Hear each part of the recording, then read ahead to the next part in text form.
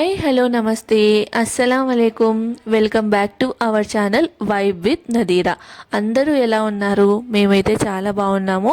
మీరు ఎలా ఉన్నారు అనేది నాకైతే కామెంట్ బాక్స్లో చెప్పండి. ఎవరైనా ఫస్ట్ టైం వ్లాగ్ చూస్తుంటే మాత్రం తప్పకుండా లైక్ చేసి షేర్ చేసి సబ్స్క్రైబ్ చేయండి. ఇంకా ఇదైతే సండే రోజు వ్లాగ్. సండే ఎలా గడిచిందో మీతో అయితే షేర్ చేస్తాను. మార్నింగ్ లేవగానే ఇంకా స్నానానికి నీళ్ళు పెట్టేద్దాం అన్నట్టు స్టవ్ ఆన్ చేస్తే సిలిండర్ అయితే అయిపోయింది. సో నదీమ్ అయితే సిలిండర్ చేంజ్ చేస్తున్నారు. ఇంకా ఇక్కడ వచ్చేసి మేమైతే డీమార్ట్కి వెళ్ళాలనుకుంటున్నాము, సండే కదా. సో డీమార్ట్కి వెళ్ళే ముందర ఇల్లు అంతా క్లీన్ చేసేసుకుని పెట్టేసుకుంటే వచ్చిన తర్వాత మళ్ళీ అంతా చిరాగ్గా అట్లా ఉండదు అన్నట్టు ఇంకా నేనైతే ఇల్లు అయితే ఊడ్చేసుకుంటున్నాను అనమాట. అయితే ఈరోజు డీమార్ట్కి వెళ్ళాలి. అలానే ఆఫ్టర్నూన్ ఫ్రెండ్స్ వస్తున్నారు లంచ్కి వచ్చేసి. సో ఇంకా లంచ్ కూడా ప్రిపేర్ చేయాలన్నమాట ఫ్రెండ్స్ కోసము. ఇంకా తర్వాత వస్తూ వస్తూ కొన్ని కూరగాయలు కూడా తీసుకొని రావాలి. ఇంకా అందుకనే మార్నింగ్ లేవగానే స్నానం అది చేసేసి ఇంకా ఇల్లంతా క్లీన్ చేసుకొని వెళ్ళిపోయామంటే మనం త్వరగా వచ్చేసి మళ్ళీ లంచ్ అది ప్రిపేర్ చేసుకోవచ్చు కదా అన్నట్టయితే అనుకున్నాను. అయితే ఇంక ఇక్కడ వచ్చేసి మార్నింగ్ బ్రేక్ఫాస్ట్ అదంతా తిని వెళ్ళాలి అంటే లేట్ అయిపోతుంది అన్నట్లు ఇక్కడైతే ఇంకా బయటే బ్రేక్ఫాస్ట్ అయితే తిన్నాము. నేనైతే సింపుల్గా ఉప్మా తీసుకున్నాను, తనైతే బ్రెడ్ ప్యాటీస్ తీసేసుకొని ఇంకా మేమైతే డైరెక్ట్గా డీమార్ట్కి వెళ్ళిపోయాము. మేము పూణేకి వచ్చిన తర్వాత అంటే నేను పూణేలో పెళ్ళై వచ్చిన తర్వాత ఫస్ట్ టైం ఈ డీమార్ట్కి అయితే వచ్చాము. అయితే ఇక్కడ చాలా రష్ ఉంటుంది. ఇంకా ఫస్ట్ అయితే ఇంకా ఫాస్ట్గా షాపింగ్ అది చేసేసుకొని మళ్ళీ ఇంటికైతే వచ్చేసామన్నమాట. తర్వాత తనకైతే కొంచెం లైక్ ఏంటంటే దగ్గుగా ఉందన్నమాట. అందుకని చెప్పేసి ఇంక ఇక్కడైతే కఫ్ సిరప్ తాగుతున్నారు. సో చాలా చేదుగా ఉందని చెప్తున్నారు. చాలా అంటే ఇంక ఇప్పుడు మెడిసిన్ అంటే కాస్త చేదుగానే ఉంటుంది కదా. సో తనైతే కఫ్ సిరప్ తాగేసి ఇంకా తనైతే వెళ్తుంటే ఇంకా నేను ఇక్కడ వచ్చేసి లంచ్ ప్రిపేర్ చేద్దామని చెప్పేసి ఇంకా హెడ్ ఫోన్స్ అవి పెట్టేసుకున్నాను అనమాట. ఇంకా తను కూడా మ్యాచ్ అంటే క్రికెట్ మ్యాచ్ వస్తుంది కదా, అది చూస్తూ ఉంటారు. ఇంకా మళ్ళీ మాట్లాడడం అదంతా ఉండదు కాబట్టి ఇంకా నేను హెడ్ ఫోన్స్ పెట్టేసుకొని పని చేసుకుంటాను. అంటే తనకి ఇష్టమైన మ్యాచ్ చూస్తున్నప్పుడు నేనైతే పెద్ద డిస్టర్బ్ అయితే చెయ్యను. లైక్ ఇంకా మిగిలిన టైం అయితే నాతో మాట్లాడుతూ అలా టైం పాస్ చేస్తూ ఉంటారు. కానీ ఇంకా అబ్బాయిలకి చాలా మటుకు లైక్ క్రికెట్ అంటే ఇష్టం ఉంటుంది కదా, ఇంకా వాళ్ళకి ఇష్టం వచ్చింది చూస్తున్నప్పుడు ఇంక మనం ఎందుకు మధ్యలో డిస్టర్బ్ చేయడం అన్నట్లు ఇంకా నేనైతే హెడ్ ఫోన్స్ అవి పెట్టేసుకొని ఇంకా ప్రిపరేషన్ అయితే చేస్తున్నాను. అయితే నా ఫ్రెండ్ అడిగిందనమాట, మేము మొన్న చెప్పాను కదా, మొన్న ఒక వ్లాగ్లో వచ్చేసి లైక్ దాల్చా రైస్ తిన్నామని. అక్కడ అస్సలు బాగాలేదు దాల్చా రైస్, అసలు టేస్టే లేదనమాట. అప్పుడు నేను అన్నాను కదా నేను చేస్తాను ఒకసారి వచ్చేయండి, ఈ సండే వచ్చేయండి అన్నట్లు అన్నాను. ఇంకా సో అలా మళ్ళీ వాళ్ళకి కాల్ చేసి రమ్మన్నాం అనమాట, సండే రోజు రండి అన్నట్లు. ఇంకా ఎందుకని చెప్పేసి ఇంకా లంచ్కి అయితే వస్తున్నారు. అందుకే ఇంకా చికెన్ దాల్చా రైస్ అయితే చేద్దాం అన్నట్లు ప్లానింగ్ అయితే చేసుకున్నాను అనమాట. అయితే దానికోసం ప్రిపరేషన్స్ అంటే ఇంకా చిన్నవి అయితే తను అంది కదా, లైక్ ఏంటంటే నువ్వు చేసేటప్పుడు చెప్పు నేను కూడా వచ్చి చూస్తానన్నట్లు. ఇంకా సర్లే అని మేము డీమార్ట్ నుంచి వచ్చేసిన తర్వాత నదీమ్ తనకి కాల్ చేశారు. కాల్ చేస్తే ఇంకా వస్తామన్నారు అనమాట.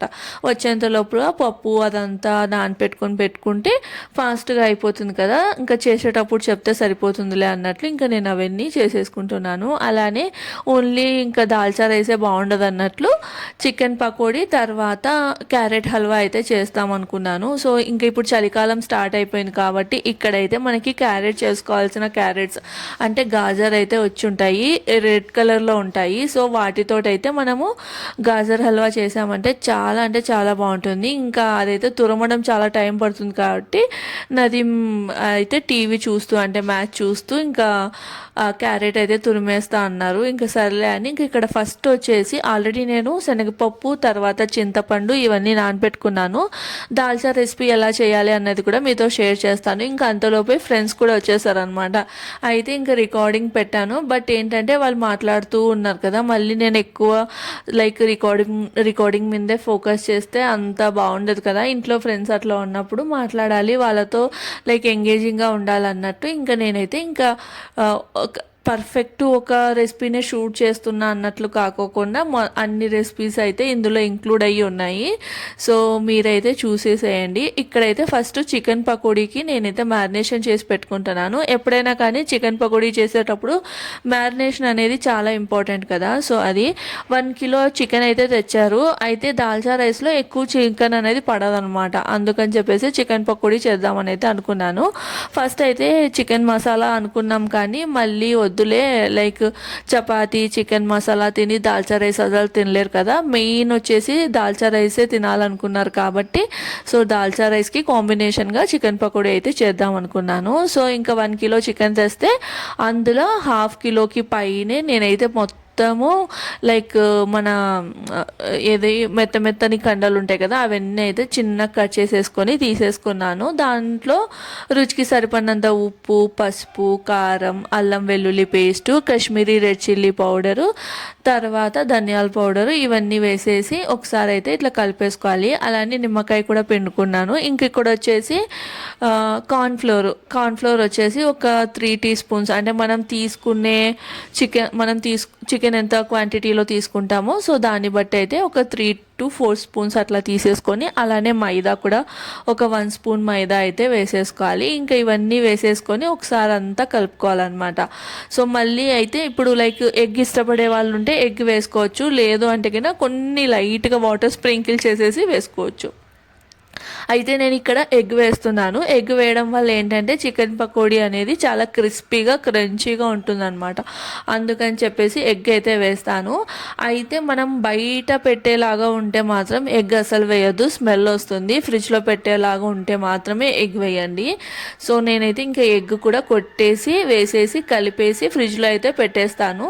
ఒక 1 అవర్, అంటే దాల్చా రైస్ మొత్తం ప్రిపేర్ అయ్యేంత లోపల, మొత్తం అంటే మెయిన్ కోర్స్ మొత్తం ప్రిపేర్ అయ్యేంత లోపల ఇదైతే బాగా నానుతుంది. ఎంతసేపు మ్యారినేట్ చేస్తే అంత టేస్టీగా ఉంటుంది. సో చికెన్ పకోడీకి అంత టేస్ట్ అనేది వస్తుంది అనమాట. లైక్ ఇప్పుడు ఫర్ సపోజ్ మన దగ్గర టైం లేదనుకోండి, అట్లీస్ట్ ఒక 15 మినిట్స్ అయినా నానపెట్టడానికి అయితే ట్రై చేయాలి. అండ్ ఉప్పు కూడా ఇప్పుడే చెక్ చేసుకోవాలి. ఇంకా దాని తర్వాత మనం అంటే వేయించుకున్న తర్వాత అడ్జస్ట్ చేసుకోవడానికి ఆస్కారమే ఉండదు. అండ్ ద థింగ్ ఏంటంటే ఒకవేళ జస్ట్ కాస్త తగ్గింది అనుకోండి, అప్పుడైతే మనము చాట్ మసాలా వేసుకొని అడ్జస్ట్ చేసుకోవచ్చులే. కానీ బట్ ఇంకా చాలానే తక్కువ ఉందంటే మాత్రం ఇంకేం చేయలేం కాబట్టి లైట్గా అట్లా చెక్ చేసుకోవాలి. ఇంకా లాస్ట్లో వచ్చేసి పచ్చిమిర్చి కూడా ఆయిల్లో ఫ్రై చేస్తే బాగుంటాయి, అందుకని మధ్యలో కాట్లు పెట్టి వేసేసి ఇంకా పక్కనైతే పెట్టేశాను. రైస్ కూడా పెట్టేశాను. ఇక్కడ వచ్చేసి నదీం లైక్ క్యారెట్ మొత్తం తురిమిచ్చేశారు. అయితే ఇంకా సర్లే క్యారెట్ హల్వా కూడా చేసేద్దాం అన్నట్టు ఇట్లా కడాయిలో కాస్త నెయ్యి వేసేసి ఇంకా క్యారెట్ వచ్చేసి తురిమింది మొత్తం వేసేసాను. బాగా లైక్ ఏంటంటే పచ్చి వాసన పోయేంత వరకు మనమైతే లో ఫ్లేమ్ మీద క్యారెట్ని అయితే వేపుకోవాలన్నమాట. సో మెయిన్ ఇక్కడే టేస్ట్ అనేది ఉంటుంది. క్యారెట్ ఎంత బాగా లో ఫ్లేమ్ మీద పెట్టి మనం ఫ్రై చేసుకుంటామో గాజర్ హల్వాకి అంత టేస్ట్ అయితే వస్తుంది. సో అండ్ క్యారెట్ హల్వా చేయాలి అంటే గిన ఇట్లా ఎర్రగా పొడవుగా ఉంటాయి అన్నమాట. చలికాలంలో ఎక్కువగా వస్తాయి. సో ఆ క్యారెట్తో చేస్తే మాత్రం టేస్ట్ అనేది చాలా బాగుంటుంది. అండ్ ఇక్కడ వచ్చేసి నేను దాల్చాకి సొరకాయ కూడా వేస్తున్నాను. అయితే ఈరోజు నేను చేస్తున్న దాల్చా వచ్చేసి హైదరాబాద్ లైక్ దాల్చా అనమాట. చికెన్ దాల్చా ఉంటుంది కదా, మన హైదరాబాదీ స్టైల్లో అయితే చేస్తున్నాను. ఇందులో నేను సొరకాయ కూడా వేస్తున్నాను అనమాట. సొరకాయ వేస్తే టేస్ట్ అనేది బాగుంటుంది. సో నేను వచ్చేసి పక్కన ఇట్లా గిన్నెలో సొరకాయ అనేది బాయిల్ చేసేసుకుంటున్నాను. ఇంకా పప్పు కూడా పెట్టుకున్నాను. అలానే పప్పులో ఒక్క టమాటో వేసేసి పసుపు వేసేసి బాయిల్ చేసి పెట్టేశాను అనమాట. ఇక్కడ వచ్చేసి రైస్ ప్రిపేర్ చేసుకుంటున్నాను, బగారా రైస్. సింపుల్గా ఎలా చేయాలి అన్నది కూడా ప్రాసెస్ అయితే చూపించేస్తాను. కుక్కర్లో నూనె వేసి మన హోల్ గరం మసాలా ఉంటాయి కదా, చెక్క, లవంగం, ఇలాచి ఇవన్నీ. సో ఇంకా అవన్నీ వేసేసి తర్వాత ఆనియన్స్ కూడా ఎర్రగా అయ్యేంత వరకు అయితే వేపుకోవాలి. అయితే ఇక్కడ నేను ప్రిపేర్ చేస్తూ ఉన్నాను కదా, ఇంకా వెనకలే అయితే ఫ్రెండ్ ఆమె వచ్చేసి ప్రెగ్నెంట్ అనమాట. సో తనకైతే చైర్ వేసి కూర్చోమన్నాను. తనకి ఎక్స్ప్లెయిన్ చేస్తూ నేనైతే ఇక్కడైతే చేసుకుంటూ ఉన్నాను అనమాట. ఇంకా అయితే ఇంకా నదీము తన ఫ్రెండ్ వచ్చేసి బయటికి వెళ్ళారు, కాస్త అట్లా బయట వర్క్ ఉందని వాళ్ళిద్దరు వెళ్ళిపోతే ఇంకా ఆమెను కూర్చోబెట్టి ఇంకా నేనైతే ఇక్కడ మాట్లాడుతూ ఇంకా వంట అనేది ప్రిపేర్ చేస్తున్నాను. ఎప్పుడైనా కానీ ఇద్దరు ఆడవాళ్ళు కలిస్తే ఇంకా మాటలు అసలు ఒక్కటికి మించింది ఒకటి ఉంటాయి కదా, అలా మాట్లాడుతూ తనకి ఎక్స్ప్లెయిన్ చేస్తూ ఎలా ఉంటుంది ఏంటి అంటే, వాళ్ళు ఇక్కడ మహారాష్ట్ర వాళ్ళు కదా, సో తను చెప్తూ ఉంది తనకి హిందీ రాదు, నాకు మరాఠీ అర్థమవుతుంది కానీ నేను మరాఠీ మాట్లాడలేను అనమాట. సో తను మరాఠీలో చెప్తూ ఉంటే నేను అర్థం చేసుకొని హిందీలో లైక్ ఏంటంటే జవాబిస్తాను అనమాట. సో తను కూడా హిందీ అర్థం చేసుకొని తను మరాఠీలో అయితే నాకు చెప్తూ ఉంటుంది. సో అట్లా కమ్యూనికేషన్ మా ఇద్దరికి. సో అదనమాట. ఎలా అయినా కానీ అంటే ఇక్కడ నేను ఒక 3 years పైన ఉన్నాను కదా, అలానే ఆఫీస్కి వెళ్ళేదాన్ని కాబట్టి ఆఫీస్లో మొత్తం మరాఠీ ఫ్రెండ్సే. ఇంకా నదీమ్కి కూడా కాల్స్ మరాఠీ అలా కాల్స్ వస్తూ ఉంటాయి కాబట్టి సో నేనైతే ఇంకా అలా విని విని విని నాకైతే అలవాటు అయిపోయింది. అంటే ఫాస్ట్గా మాట్లాడితే అర్థం కాదు కానీ కొంచెం నిదానంగా మాట్లాడితే అర్థం అవుతుంది. ఇప్పుడు ఈమె అంటే నదీం వాళ్ళ ఫ్రెండ్ వాళ్ళ భార్య ఇప్పుడు నాకు ఫ్రెండ్ అయిపోయిందిలేండి. సో తను మాట్లాడుతూ ఉంటే కనుక నాకు బాగా అనిపిస్తుంది అనమాట, అంటే అర్థమవుతుంటుంది. సో తను ఆల్మోస్ట్ అన్ని మాటలు అర్థమవుతాయి. ఎక్కడైనా అర్థం కాలేదంటే అడుగుతాను అనమాట, అంటే ఏంటి అని అడిగితే తను మళ్ళీ హిందీలో ఎక్స్ప్లెయిన్ చేస్తుంది అనమాట. హిందీ తనకి మాట్లాడేకి రాదు, తనకు కూడా సేమ్ నాలాగే అనమాట, అర్థమవుతుంది బట్ మాట్లాడేకి రాదు. నాకు కూడా సేమ్ మరాఠీ అర్థమవుతుంది, మాట్లాడేకి రాదు. మా ఇద్దరు ఫ్రెండ్షిప్ అలా ఉంది చూస్తున్నారా. లైక్ ఏంటంటే మనకి మాట్లాడాలి అనే ఇంటెన్షన్ ఉంటే చాలు, ఏ భాష అనేది ఇంపార్టెంట్ అయితే కాదన్నది నాకైతే అనిపించింది. సో అది ఇంకా బగారా రైస్కి అయితే మీరు చూసేసారు కదా, ఆనియన్స్ ఫ్రై అయిన తర్వాత అల్లం వెల్లుల్లి పేస్ట్, పచ్చిమిర్చి అదంతా వేసేసి ఉప్పు ఇంకా ఇవన్నీ వేసేసాను అనమాట. రెగ్యులర్గా మనం బగారా రైస్ ఎలా చేస్తామో అలానే. దాల్చా కూడా ఇక్కడ మీరు ప్రొసీజర్ అయితే చూసేసి ఉంటారు. లైక్ శనగపప్పులో నేను టమాటో వేసి కాస్త పసుపు వేసి బాయిల్ చేసుకొని పెట్టుకున్నాను. అలానే చికెన్ని కూడా నేను కాస్త కుక్ చేసుకున్నాను అనమాట. అంటే మనము చికెన్ని క్లీన్ చేసేసిన తర్వాత మగ్గనిచ్చుకున్నాను, వాటర్ అంతా ఏం లేకోకుండా పసుపు వేసి మగ్గనిచ్చుకున్నాను.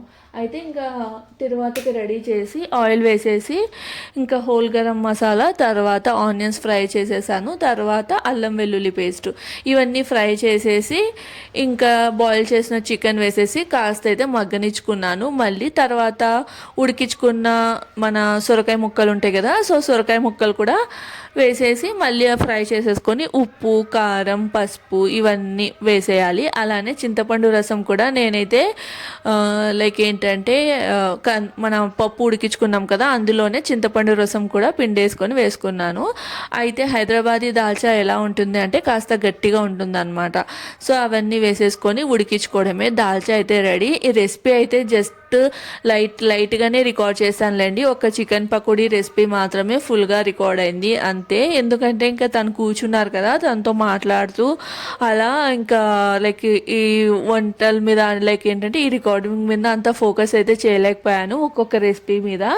సో అది ఇంక ఇక్కడ వచ్చేసి చికెన్ దాల్చా కూడా రెడీ అయిపోయింది. సో అవన్నీ పక్కన పెట్టేసుకున్నాను. రైస్ కూడా రెడీ అయిపోయింది. అండ్ క్యారెట్ హల్వాలో కూడా పాలు అవన్నీ పోసేసి లైక్ చక్కెర అదంతా వేసేసి కూడా నేను ఆల్మోస్ట్ క్యారెట్ హల్వా కూడా రెడీ అయిపోయింది. ఇంకా లాస్ట్లో ఇంకా లంచ్కి కూర్చుంటాం అనేటప్పుడు నేనైతే చికెన్ పకోడీ అయితే ఫ్రై చేశాను. ఎప్పుడైనా కానీ చికెన్ పకోడీ 2 times అనేది ఫ్రై చేసుకోవాలి. ఫస్ట్ నార్మల్గా హాఫ్ అనేది ఫ్రై చేసేసుకొని పక్కకు తీసేసి అట్లీస్ట్ ఒక 10 minutes పక్కన పెట్టి అది కాస్త చల్లారిన తర్వాత మళ్ళీ మనం డీప్ ఫ్రై చేసుకోవాలి. మనం బయట హోటల్స్లలో చూసినట్లయితే అక్కడ కూడా అలానే చేస్తారు. వాళ్ళైతే హాఫ్ ఫ్రై ఫస్ట్ చేసేసుకొని తర్వాత మనం ఎప్పుడైతే అప్పుడు ఆర్డర్ చేసుకుంటామో అప్పుడు మళ్ళీ మనకి వేడిగా అయితే గిన లైక్ ఏంటంటే డీప్ ఫ్రై చేసి ఇస్తారు.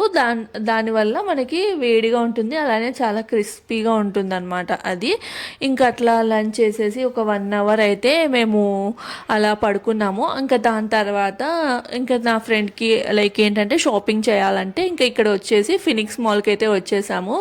సో ఫినిక్స్ మాల్లో షాపింగ్ అయితే చేసాము. అయితే నేను ఏది రికార్డ్ చేయలేదు, జస్ట్ బయట నుంచి మాత్రమే రికార్డ్ చేశాను. లోపల వెళ్ళిన తర్వాత ఇంకా ఏంటంటే అసలు రికార్డింగ్ చేయడమే మర్చిపోయాను. మాట్లాడుతూ ఫ్రెండ్స్తో అట్లా ఇంకా షాపింగ్ చేస్తూ. అలానే రిలయన్స్లో వచ్చేసి ఆఫర్ ఉంది, లైక్ 5,000 అలా షాపింగ్ చేస్తే మనము 3,000 అంటే 2,000 పే చేయాలన్నమాట. 5,500 అనుకుంటా. సో షాపింగ్ చేస్తే మనము 2,000 మైనస్ అయ్యి రిమైనింగ్ ఎంత ఉంటుందో అంత పే చేయాలి. సో ఇంకా అందుకని చెప్పేసి నేను కూడా ఒక 2 డ్రెస్సెస్ అయితే తీసుకున్నాను. తను ఒక 2 తీసుకుంది. ఇంకా నదీమ్ వచ్చేసి ఒక షర్ట్ అయితే తీసుకున్నారు. సో నేను ఏం డ్రెస్ తీసుకున్నాను అన్నది అయితే మీకు నెక్స్ట్ వ్లాగ్లో చూపిస్తాను. అలానే డీమార్ట్ నుంచి ఏమేమి తెచ్చానో అన్నది కూడా మీతో అయితే షేర్ చేసుకుంటాను. సండే అయితే చాలా అంటే చాలా బిజీగా గడిచింది. ఇంకా ఇక్కడ బయట ఓన్లీ ఎంట్రన్స్ అదే షూట్ చేశాను. పార్కింగ్ వరకు షూట్ చేసి మళ్ళీ కాస్త పైన అట్లా షూట్ చేశాను. దాని తర్వాత ఇంకా మర్చిపోయాను అస్సలు అంటే రికార్డింగ్ చేయాలన్నదే మర్చిపోయాను. సో అదే అనమాట. అయితే నేను ఫినిక్స్ మాల్లో ఏమేమి తీసుకున్నాను ఏంటి అన్నది కూడా మీతో అయితే షేర్ చేస్తాను. పార్కింగ్ మాత్రం చాలా పెద్దదిగా ఉంటుంది ఇక్కడ, చాలా కన్వీనియన్స్గా ఉంటుంది. మాకు ఎప్పుడైనా షాపింగ్ చేయాలంటే ఇక్కడికే వెళ్ళాలనిపిస్తుంది. నాకైతే చాలా కన్వీనియంట్గా షాపింగ్ చేసినట్లయితే అనిపిస్తుంది. ఇంకా నైట్ వచ్చేసి మిసల్ పావ్ తినేసి ఇంటికైతే చేసేసరికి చాలా లేట్ అయిపోయింది కదా, మళ్ళీ ఇంటికి వెళ్ళి ఏం తిందాంలే అన్నట్లు ఇంకా బయటే తినేసాం అనమాట. అది సో ఈ వీడియో అయితే ఇక్కడితో ఎండ్ చేస్తున్నాను. వీడియో నచ్చితే మాత్రం తప్పకుండా లైక్ చేసి షేర్ చేసి సబ్స్క్రైబ్ చేయండి. రేపటి వ్లాగ్తో మళ్ళీ కలుస్తాను. ఓకేనా, బాయ్ మరి.